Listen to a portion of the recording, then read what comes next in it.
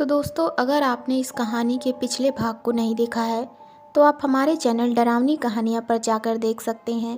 तो चलिए बढ़ते हैं आगे कहानी की ओर। उस हादसे के बाद रोहित ने उस रास्ते से आना जाना बंद कर दिया।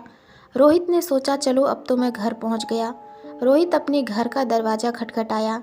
दरवाज़ा को खोलते हुए सविता जी, बेटा रोहित, आज तुझे ऑफिस से घर आने में देरी कैसे हो गई? रोहित बोलता है, माँ वो मुझे। रोहित कुछ बोले उससे पहले उसके पिता गोविंद जी बोलते हैं, अरे भाग्यवान, पहले बेटे को घर के अंदर तो बुलाओ। गोविंद जी की बातों को सुनने के बाद सविता जी रोहित को घर के अंदर ले जाती हैं। सविता जी रोहित से पूछती हैं, चल अब बता घर आने में देरी क्यों हुई? रोहित अपनी माँ सविता जी को अपने साथ हुए सभी हादसे को बताता है। रोहित की बातों को सुनने के बाद गोविंद जी बोलते हैं, चलो भगवान का शुक्र है तुम्हें कुछ नहीं हुआ। सविता जी कहती हैं, जाओ बेटा तुम अपने कमरे में नहाने के लिए। सविता जी की बातों को सुनने के बाद रोहित सोने के लिए अपने कमरे में चला गया। रोहित ने मन में सोचा क्यों न सोने से पहले नहा लिया जाए। रोहित नहाने के लिए चल दिया। रोहित नहाते समय अपनी आंखें बंद कर लेता है। तभी रोहित की आंखों के सामने उसके साथ जो हुआ होता है वह हादसे आने लगते हैं, जिसमें सेचू उससे कहता है, रोहित तुम मुझसे नहीं बच पाओगे, तुमने गलती कर दी मेरी कब्र पर बैठकर। रोहित चिल्लाते हुए कहता है, नहीं नहीं नहीं, तुम मुझे कुछ नहीं कर सकते हो। सेचू उससे कहता है, बच नहीं पाओगे रोहित। तभी रोहित की आंख पानी पड़ने के कारण खुल जाती है। वहाँ सविता जी रोहित को आवाज़ दे रही होती हैं।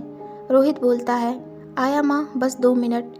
बाथरूम से निकलकर रोहित ने अपने कपड़े पहने और खाने के लिए टेबल की ओर चल दिया।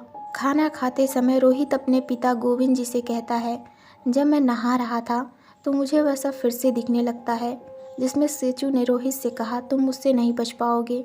सविता जी रोहित से बोलती हैं, रोहित बेटा खाते समय बातें नहीं।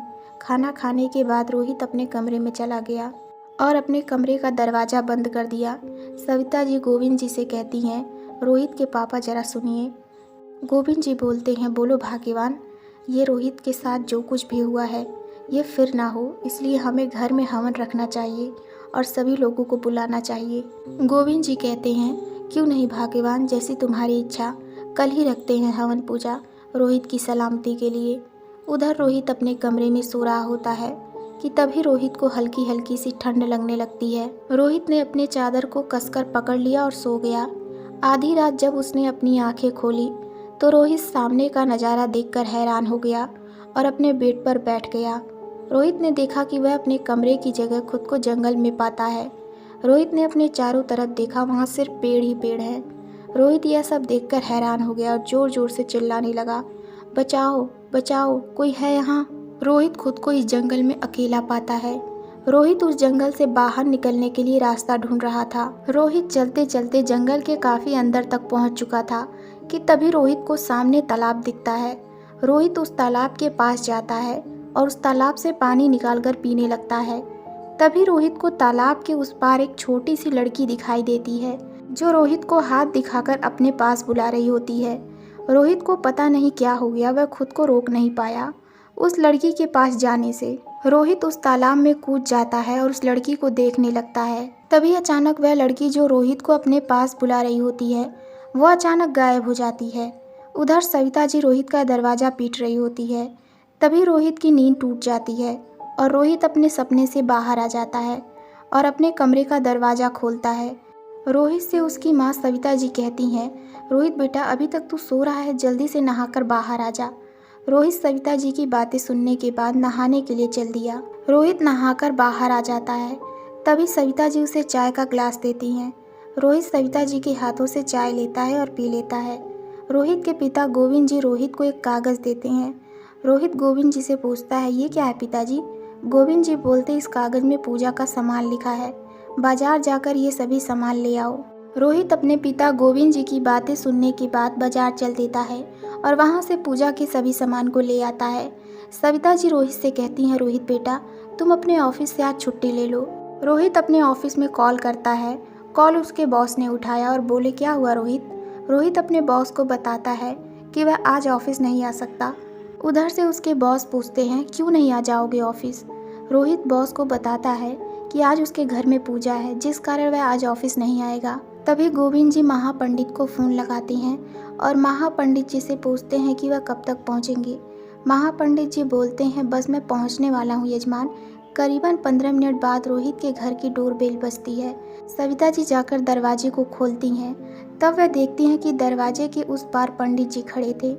सविता जी पंडित जी को घर के अंदर ले आती हैं, जहाँ पर पूजा के सभी सामान रखे थे। महापंडित जी पूजा करना शुरू कर देते हैं। कुछ देर बाद रोहित के फ़ोन पर कॉल आता है। जब रोहित अपने फ़ोन को देखता है तो वह कॉल उसके ऑफिस के बॉस की होती है, जो रोहित से कहते हैं कि वह आज ऑफिस आ सकता है। रोहित ने बॉस से पूछा, क्या हुआ बॉस, कुछ ज़रूरी बात है? रोहित के बॉस ने कहा, कुछ फाइल है जिसको कल के कल भेजना है। तब रोहित कहता है, ठीक है बॉस, मैं आ रहा हूँ ऑफिस। रोहित अपनी माँ सविता जी से पूछता है कि माँ, क्या मैं आज ऑफिस जा सकता हूँ? कुछ ज़रूरी फाइल्स है जिसे मुझे ही चेक करनी है। सविता जी महापंडित जी से पूछती हैं, महापंडित जी, क्या रोहित घर से बाहर जा सकता है? महापंडित जी बोलते हैं, अगर कोई ज़रूरी कार्य हो तभी रोहित को घर से बाहर जाना चाहिए। महापंडित जी की बात सुनकर रोहित ऑफिस के लिए चल देता है। तभी महापंडित जी उसे रोकते हुए कहते हैं, रुको बस, ये मौली तुम अपने हाथ में बांध लो, इसे अपने से अलग मत करना, अब तुम जा सकते हो। तो दोस्तों, आपको ये कहानी कैसी लगी हमें कमेंट में ज़रूर बताइए। तो मिलते हैं कहानी के अगले भाग में। धन्यवाद।